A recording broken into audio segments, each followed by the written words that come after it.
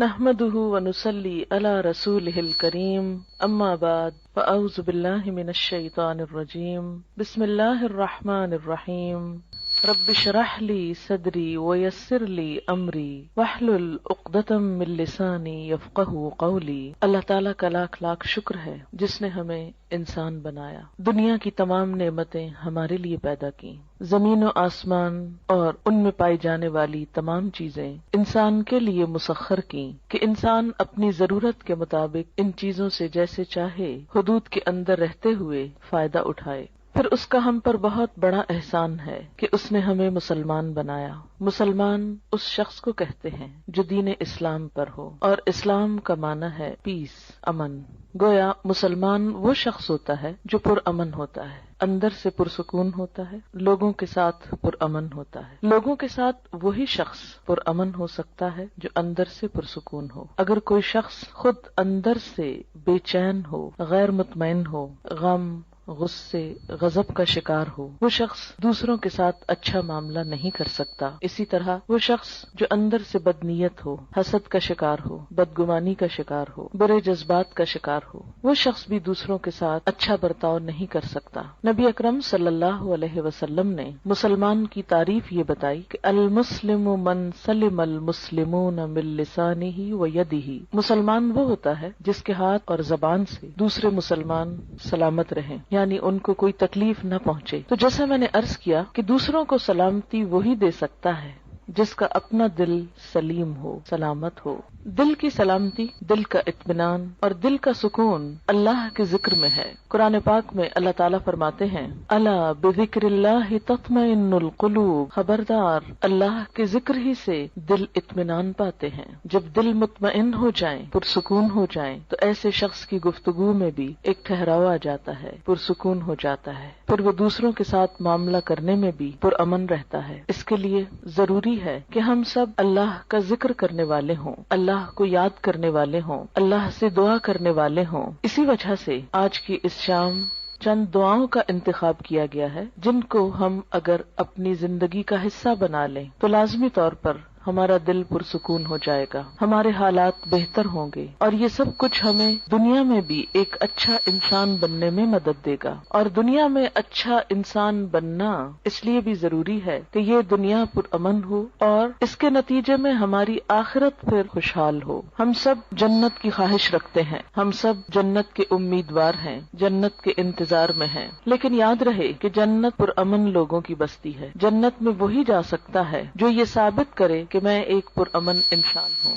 دنیا میں بھی جو انسان خود پرامن طریقے سے نہیں رہتا اور دوسروں کی جان، مال، عزت، آبرو پر حملہ کرتا ہے یا ان کو نقصان دیتا ہے تو ایسے شخص کو معاشرے میں کھلم کھلا چھوڑ نہیں دیا جاتا۔ دنیا میں بھی ایسے شخص کی جگہ جیل خانہ ہوتی ہے۔ ایسے لوگ جو معاشرے کا سکون برباد کریں، معاشرے میں بے چینی پیدا کرنے کا سبب ہوں، ان کو دنیا میں بھی پکڑ کر قید کر دیا جاتا ہے، اور اگر وہ دنیا کی قید سے بچ بھی جائیں، ان کا کوئی جرم ثابت نہ ہو سکے اور دنیا میں کوئی سزا نہ پا سکیں، تو آخرت میں ایسے لوگوں کے لیے پھر یقینی طور پر جیل خانہ ہے۔ اللہ کے جیل خانے کا نام جہنم ہے۔ وہ کون سی چیزیں ہیں جو انسان کو جہنم میں لے جاتی ہیں؟ ان میں انسان کی بری نیت سب سے پہلے آتی ہے۔ اگر کوئی شخص خانہ کعبہ کا طواف بھی کر رہا ہو لیکن اس کی نیت اللہ کو خوش کرنا نہیں، لوگوں کے سامنے اپنی نیکی کا پرچار کرنا ہے، تو اس کی وہ نیکی جعل سازی شمار ہوگی، قابل قبول نہ ہوگی۔ اسی طرح دوسری چیز جو انسان کو اللہ تعالیٰ کی نظر میں گراتی ہے وہ زبان کا غلط استعمال ہے۔ جھوٹ، چغلی، غیبت، دوسرے کو تانا دینا، یہ تمام چیزیں انسان کو اللہ تعالیٰ کی نظر میں گرا دیتی ہیں۔ یہاں تک حدیث میں آتا ہے کہ بسا اوقات انسان باقی زندگی میں کچھ اچھے ہی کام کرتا ہے لیکن اپنی زبان سے بعض اوقات ایسا کلمہ نکالتا ہے، ایسی بات نکالتا ہے کہ اس ایک بات کی وجہ سے وہ جہنم کی گہرائیوں میں جا پہنچتا ہے۔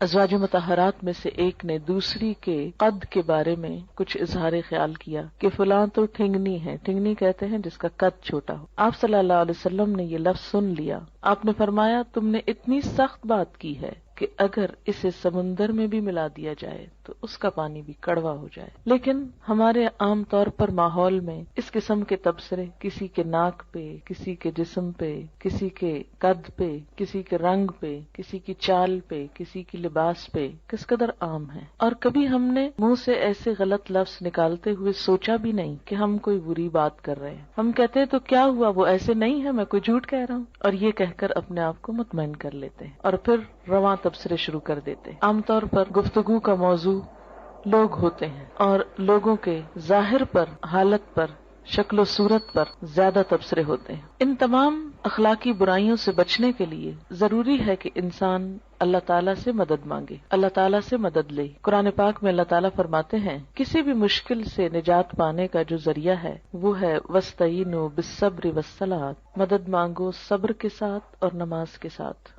نماز اللہ کے ذکر کا بہترین طریقہ ہے، اللہ کو یاد کرنے کا. نماز ایک دعا بھی ہے، لیکن نماز کے علاوہ یا نماز کے بعد بھی اللہ کو یاد کرنا اہل ایمان کا طریقہ ہوتا ہے. دعا ایک عبادت ہے، نہ صرف یہ کہ عبادت ہے بلکہ عبادت کا بھی نچوڑ ہے، عبادت کا بھی اعلیٰ ترین حصہ ہے. حدیث پاک میں آتا ہے کہ جو اللہ سے دعا نہیں مانگتا اللہ تعالیٰ اس سے ناراض ہو جاتا ہے. بعض اوقات ہم یہ سمجھتے ہیں کہ اللہ کو تو پتہ ہی ہے ہم کو کیا چاہیے اور وہ تو ویسے بھی دے سکتا ہے، ہمیں مانگنے کی کیا ضرورت. نہیں، آپ صلی اللہ علیہ وسلم نے فرمایا جو لوگوں سے مانگتا ہے لوگ اس سے ناراض ہوتے ہیں، اور جو اللہ سے نہیں مانگتا تو اللہ تعالیٰ اس سے ناراض ہوتا ہے. تو ہمیں لوگوں کی طرف توقع رکھنے اور ان سے مانگنے کی بجائے اللہ کی طرف رجوع کرنا چاہیے. دعا انسان کی بندگی، عاجزی اور اس کی عبادت کا ایک ذریعہ ہے، ایک طریقہ ہے. اللہ تعالیٰ اس بات کو ناپسند کرتے ہیں کہ کوئی بندہ اس کے آگے ہاتھ پھیلائے اور پھر وہ ان ہاتھوں کو خالی لوٹا دے، کیونکہ وہ کائنات کا بادشاہ ہے. لیکن عموماً ہم دعا مانگنے میں کچھ ایسی غلطیاں کرتے ہیں کہ جن کی وجہ سے دعا قبول نہیں ہوتی. اس میں سب سے بڑی غلطی یہ ہوتی ہے کہ بسا اوقات ہم دعا تو مانگتے ہیں لیکن غفلت کے ساتھ توجہ نہیں کرتے، ہمیں یہ نہیں پتا ہوتا ہم مانگ کیا رہے ہیں. بعض اوقات کیا کرتے ہیں، کسی مشکل کے لیے وظیفہ تو پڑھتے رہتے ہیں، کوئی مخصوص آیت 1000 دفعہ پڑھ لی، 2000 دفعہ پڑھ لی، لیکن دعا نہیں مانگتے. ہم سمجھتے ہیں کہ صرف یہ آیت پڑھنے سے ہی کام ہو جائے گا. اس طرح ہم اپنے اوپر ایک ناروا بوجھ بھی ڈالتے ہیں اور دعا سے بھی محروم رہتے ہیں. بعض اوقات ایسی دعائیں مانگتے ہیں جو اس موقع کی مناسبت سے نہیں ہوتی. بعض اوقات ہم کچھ چیزیں تو مانگ لیتے ہیں روٹین میں یا رٹے رٹائے جملے بول دیتے ہیں لیکن ان کو محسوس نہیں کرتے. اور بعض چیزیں ہماری ضرورت کی ایسی ہوتی ہیں کہ جن کو مانگنے کا ہمیں سلیقہ ہی نہیں آتا کہ وہ بھی مانگنی چاہیے. اس لیے وہ تمام چیزیں ہم مانگیں جو نبی صلی اللہ علیہ وسلم نے مانگی. وہ کیوں، کس لیے؟ اس لیے کہ آپ ہمارے لیے ایک بہترین نمونہ تھے. آپ کی دعائیں بھی قبول ہوئیں، آپ کے مانگنے کا طریقہ بھی ہم سے زیادہ بہتر تھا، اور آپ نے وہ تمام چیزیں مانگی جو مانگنی چاہیے اور جو ہمیں بھی اپنی زندگی میں مانگنی چاہیے. یہ زندگی ہمیں ایک دفعہ ملی ہے، اس زندگی کو ضائع ہونے سے بچا لینا چاہیے. دوسرا چانس نہیں ہے. اگر آج ہم نے اپنے وقت اور اپنی زندگی کی قدر نہ کی اور کچھ چیزوں سے محروم رہ کر دنیا سے چلے گئے تو یہ محرومیاں مستقل ہو سکتی ہیں. اس لیے عقل مند شخص وہی ہے جو اللہ سے مانگتا رہے. دعا انسان کی کوششوں میں ہونے والی کمی کو بھی پورا کر دیتی ہے. ایک شخص جو مانگتا رہتا ہے وہ اگر عمل میں کچھ کم بھی ہو تو دعا عمل میں آگے بڑھاتی ہے، اور اگر پھر بھی کمی رہ جائے تو اس کمی کو پورا کر دیتی ہے. ہماری کچھ دعائیں تو مانگی ہوئی فوراً پوری ہو جاتی، کچھ ایسے ہوتی ہیں کہ جو پوری نہیں ہوتی لیکن ان کے بدلے کوئی آنے والی مصیبت ٹل جاتی ہے. آپ صلی اللہ علیہ وسلم نے فرمایا کہ ایک طرف سے دعا اٹھتی ہے اور دوسری طرف سے مصیبت آ رہی ہوتی، وہ دونوں آپس میں جھگڑنے لگتی ہیں. دعا مصیبت کو اوپر لے جاتی ہے کہ واپس جاؤ، اس بندے پہ نہیں آؤ، اور مصیبت اترنا چاہتی. پھر فرمایا جس میں زیادہ زور ہوتا ہے وہ دوسرے کو دبا لیتی. اگر دعا میں طاقت ہے، دعا میں قوت ہے، شوق ہے تو وہ مصیبت کو واپس لے جائے گی. اور اسی طرح اگر دعا پھیکی ہے، ڈھیلی ڈھالی ہے، یا مانگی نہیں یا پوری نہیں تو پھر مصیبت آ جاتی ہے. تو دعا کا ایک فائدہ کیا ہے؟ بسا اوقات وہی چیز مل جاتی جو ہم مانگ رہے ہوتے ہیں. بعض اوقات وہ تو نہیں ملتی، وہ جا رہی ہوتی ہے لیکن راستے میں وہ ایک آنے والی مصیبت کو واپس لے جاتی. مثلا انسان پہ کوئی بیماری آنے والی ہوتی اور انسان کو نہیں خبر کہ اس کے ساتھ یہ ہونے والا ہے. انسان کچھ اور مانگ رہا ہوتا ہے، مال مانگ رہا ہوتا ہے، اولاد مانگ رہا ہوتا ہے، گھر مانگ رہا ہوتا ہے، یا جو ہماری عام روزمرہ زندگی میں مانگنے کی چیزیں. اب اس کو وہ تو نہیں ملتا جو وہ مانگ رہا ہے، لیکن وہ مصیبت ٹل جاتی ہے جو آنے والی تھی، کیونکہ اگر وہ آ جاتی تو یہ مانگی ہوئی چیز ملنے کے باوجود وہ اس کی خوشی نہ دیکھ سکتا. مثلاً اگر ایک انسان کی موت آ رہی اور وہ زندگی نہیں مانگ رہا، وہ گھر مانگ رہا ہے. اگر اس کی دعا اسی طرح قبول کر لی جائے، اس کو ایک اچھا گھر مل جائے، لیکن گھر ملتے ہی اس کی زندگی باقی نہ رہے، تو اس کو اس گھر کے ملنے کا کیا فائدہ ہوا؟ کوئی فائدہ نہیں، کیونکہ وہ تو زندہ ہی نہ رہا. اس لیے اللہ تعالیٰ کو زیادہ بہتر طور پہ پتا ہوتا ہے کہ اس وقت ہماری ضرورت زندگی ہے یا گھر ہے، مثلاً یا صحت ہے یا اولاد ہے. بعض اوقات انسان اولاد کی دعا کرتا ہے، بیٹے کی دعا کرتا ہے، جو ہمارے معاشرے میں عام طور پر ہے، لیکن اللہ تعالیٰ وہ نہیں دیتا، اس کے بدلے میں کچھ اور دے دیتا ہے جو اس سے زیادہ انسان کی ضرورت ہوتا ہے. تیسرا طریقہ یہ ہوتا ہے کہ جو کچھ انسان مانگتا ہے وہ نہ تو وہ ملتا ہے، نہ مصیبت ٹلتی ہے، بلکہ آخرت کے لیے جمع ہو جاتا ہے، انسان کی نیکیوں میں بدلتی جاتی ہے دعا. کوئی مانگی ہوئی دعا ضائع نہیں جاتی. یہ یاد رکھیں کہ دعا ایک ایسی نیکی ہے جو ضائع نہیں ہوتی، وہ اپنا اثر ضرور رکھتی ہے. کچھ کام تو ایسے نا جو ہم کرتے بھی رہے تو ضائع ہوتے جاتے ہیں، کوئی نتیجہ ہی نہیں نکلتا. مثلا دنیا میں کئی ایسے بزنس ہوتے ہیں، انویسٹ کرتے ہیں لیکن اس کو کوئی فائدہ نہیں ہوتا، الٹا نقصان میں جاتے ہیں. لیکن دعا ایسی انویسٹمنٹ ہے جو ضائع نہیں جاتی. آپ مانگتے چلے جائیں، اگر دنیا میں کچھ نہیں بھی ملا تو آخرت میں اس کے بدلے میں اتنا کچھ جمع ہو جائے گا کہ وہاں جا کر انسان تمنا کرے گا،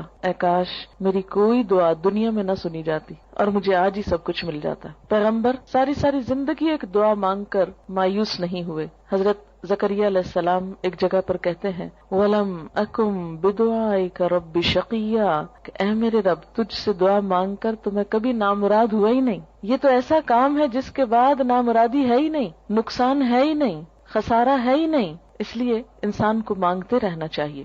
وآخر دعوانا الحمد للہ رب العالمین.